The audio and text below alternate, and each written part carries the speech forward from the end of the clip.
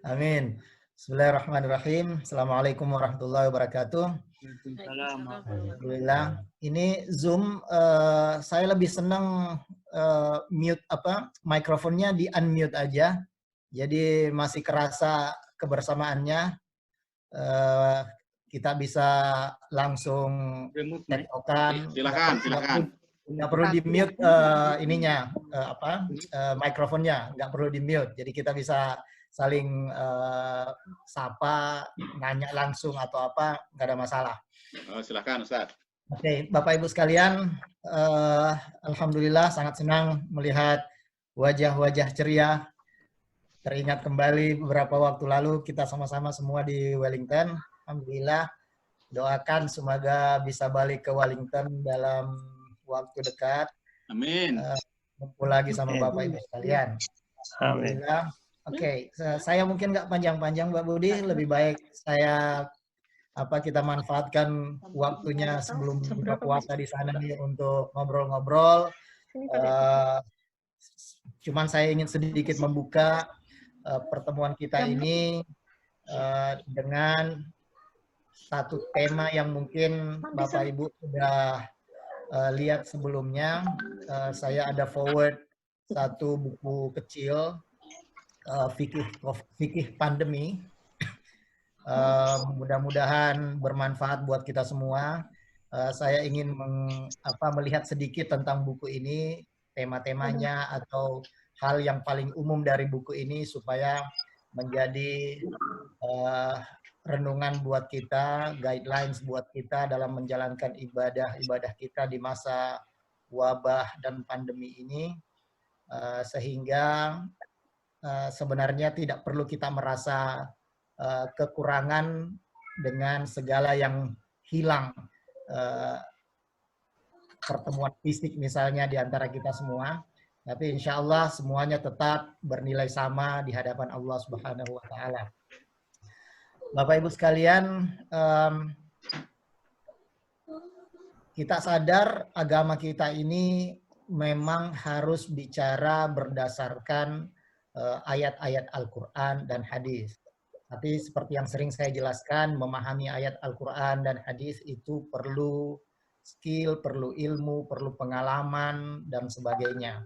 Nah, ulama-ulama kita memiliki semua itu, memiliki kapasitas itu, memiliki otoritas itu. Kita yang orang awam ini relatif mendengarkan dan memilih dari semua yang ditawarkan oleh guru-guru kita, oleh ulama-ulama kita. Nah, dari semua pembacaan ulama, dari semua kajian-kajian ulama kita ini, mungkin saya pernah sampaikan, ulama kita kemudian merumuskan satu hal yang disebut dengan maqasidus syariah. Artinya tujuan dari syariat itu sendiri. Nah, jadi dari berbagai kajian, entah itu fikih, tafsir, sejarah, bahasa sekalipun, ulama sudah merumuskan satu hal yang disebut dengan maqasidus syariah, tujuan syariat. Tujuan syariat itu ada 5. Yang pertama, semuanya untuk menjaga agama. Yang pertama, akal. Yang kedua, menjaga diri kita. Misalnya maksudnya hidup kita, diri kita.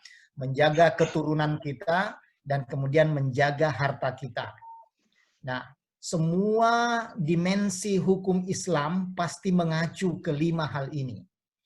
Nah, buat kita yang awam, yang kira-kira anggaplah kita tidak mendalami agama, mendalami hukum Islam, kalau kita sedari awal berpatokan pada 5 tujuan ini, maka saya tidak berkata bukan tidak perlu untuk belajar agama, tetapi kalau Bapak, Ibu, atau siapa saja menemukan hal-hal yang mengancam 5 hal ini, mengancam agama, mengancam akal, mengancam diri kita, kehidupan kita, mengancam keturunan, dan mengancam harta kita, maka apapun boleh kita lakukan.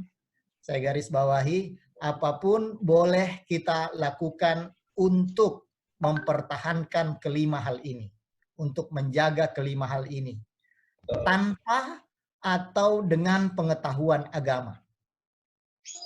Nah, tentu lebih bagus lagi kalau kita tahu pengetahuan agamanya, tentu lebih bagus.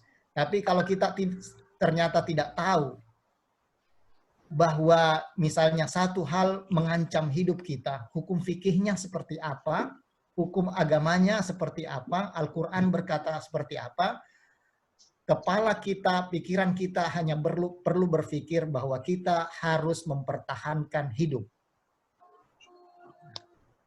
Nah, pahalanya akan lebih banyak kalau kita tahu fikihnya. Tapi kalau kita tidak tahu fikihnya, maka apa saja yang kita lakukan untuk mempertahankan kelima hal ini, itu boleh bahkan wajib dilakukan. Saya beri contoh yang paling sederhana saja. Yang paling sederhana. Babi itu haram secara zat, secara apapun dia haram.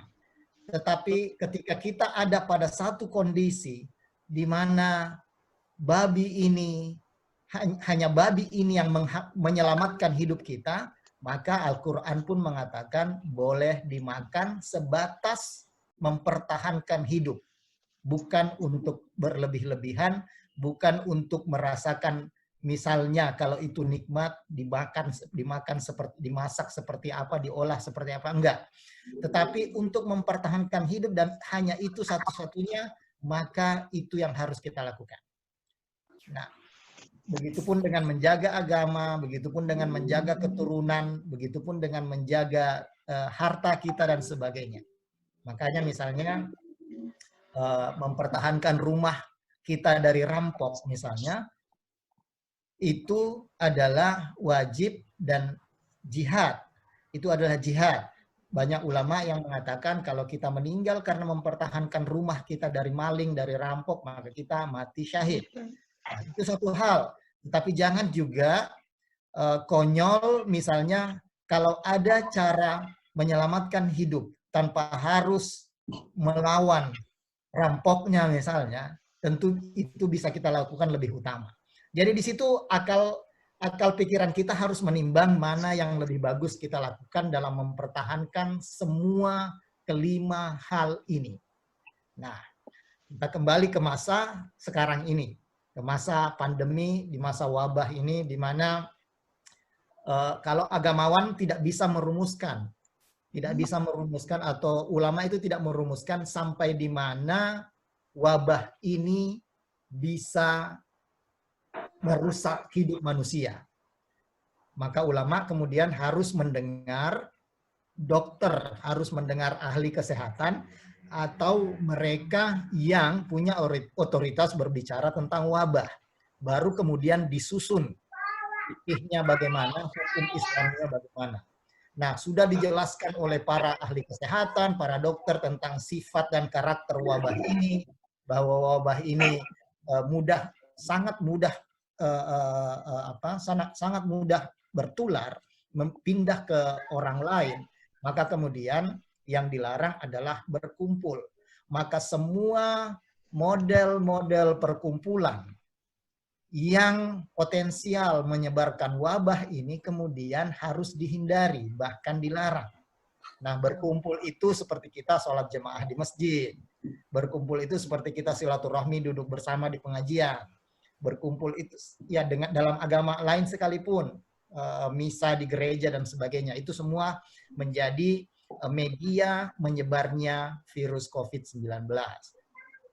Atau di mana lagi? Misalnya dijelaskan lantai, karpet, metal, dan sebagainya, itu juga menjadi media bagi virus ini untuk menyebar. Maka kemudian, ya dalam beberapa hal, masjid kita itu memang sangat potensial menjadi media penyebaran virus.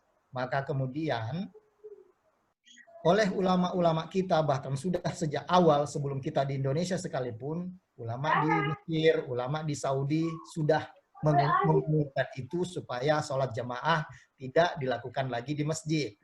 Jadi memang agak sayang juga kemudian ada beberapa warga atau bahkan pemuka agama yang bersikeras hanya dengan alasan mau sholat jemaah di masjid, kemudian harus mempertahankan itu tanpa melihat melihat bahayanya. Terlalu banyak contoh untuk saya angkat, tetapi sebagai pengantar untuk diskusi kita, saya ingin menggarisbawahi 5 tadi. Bahwa agama kita ini mengajarkan kita untuk selalu menjaga agama, menjaga akal pikiran, menjaga kehidupan kita, menjaga keturunan kita, dan menjaga harta kita. Ini yang disebut dengan maqasidus syariah. Nah, Bapak Ibu sekalian, silahkan kemudian dieksplorasi. Tidak mesti masalah pandemi, tidak mesti masalah COVID-19, apa saja yang kira-kira menjadi masalah buat kita, dan kemudian berhubungan dengan kelima hal ini. Kalau kita tidak punya pengetahuannya, silahkan menggunakan akal pikirannya untuk mempertahankan semua hal ini. Lebih bagus lagi kalau punya waktu belajar agama, belajar fikih, dan sebagainya, supaya kita dapat 2 pahalanya. Pahala yang pertama, kita menghindari bahaya. Pahala yang kedua, kita tahu, kita bertindak karena kita tahu fikihnya demikian, hukum agamanya demikian, kemudian kita bertindak. Nah, itu bedanya, kita mengetahui agama dan tidak mengetahui agama. Tapi sekali lagi, tidak semua orang mengetahui agama secara baik. Maka kemudian ulama merumuskan kelima hal ini. Kelima hal ini. Kalau kita lihat dalam hadis misalnya yang paling singkat dan juga paling sering kita dengar, ada hadis mengatakan la dharara wala dirar. Apa yang kita lakukan sebagai umat Islam, apa yang ada di sekitar kita sebagai umat Islam, itu tidak boleh bahaya, tidak boleh berbahaya buat diri kita, sekaligus tidak boleh membahayakan buat orang lain. Sederhana sebenarnya agama kita ini. Memang kita perlu cari dasarnya seperti apa. Tapi kalau kita sudah mengerti agama kita ini untuk menjaga kelima hal itu, maka kita sudah pada dasarnya menjalankan tuntunan agama. Saya kira gitu kali Pak Budi buat pengantar. Pak, nanti siap. Silahkan kita ngobrol-ngobrol. Saya lebih senang ngobrol-ngobrol daripada ngalur ngidur saya ngomong ke sana kemari. Silahkan. Ya, baik, kita buka diskusi. Mungkin 2 dulu lah, 2 penanya kalau memang ada. Ada nggak yang mau tanya? Ada yang mau tanya? Di unmute mikrofonnya aja.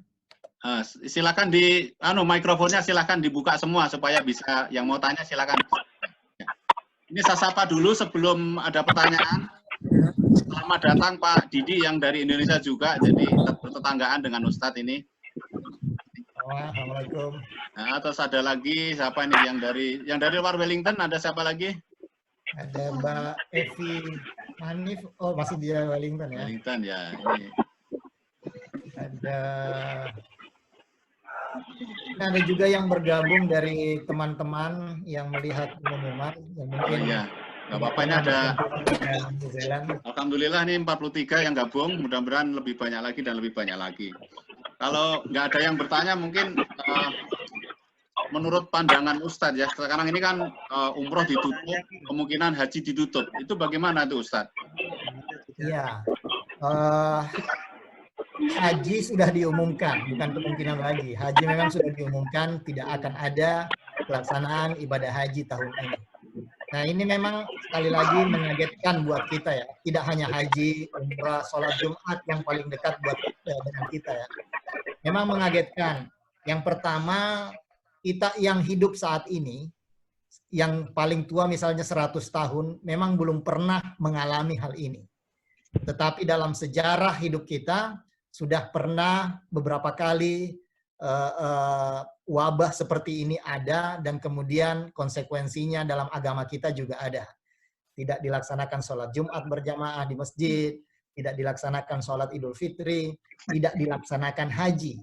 Tidak hanya masalah pandemi, haji misalnya, itu kalau dulu, kalau misalnya orang dari Pakistan harus ke Saudi dengan jalan darat ketika belum ada pesawat misalnya, kalau ada peperangan di wilayah antara Pakistan dan Saudi yang kemudian menghalangi orang Pakistan datang ke Saudi, maka tidak wajib haji baginya.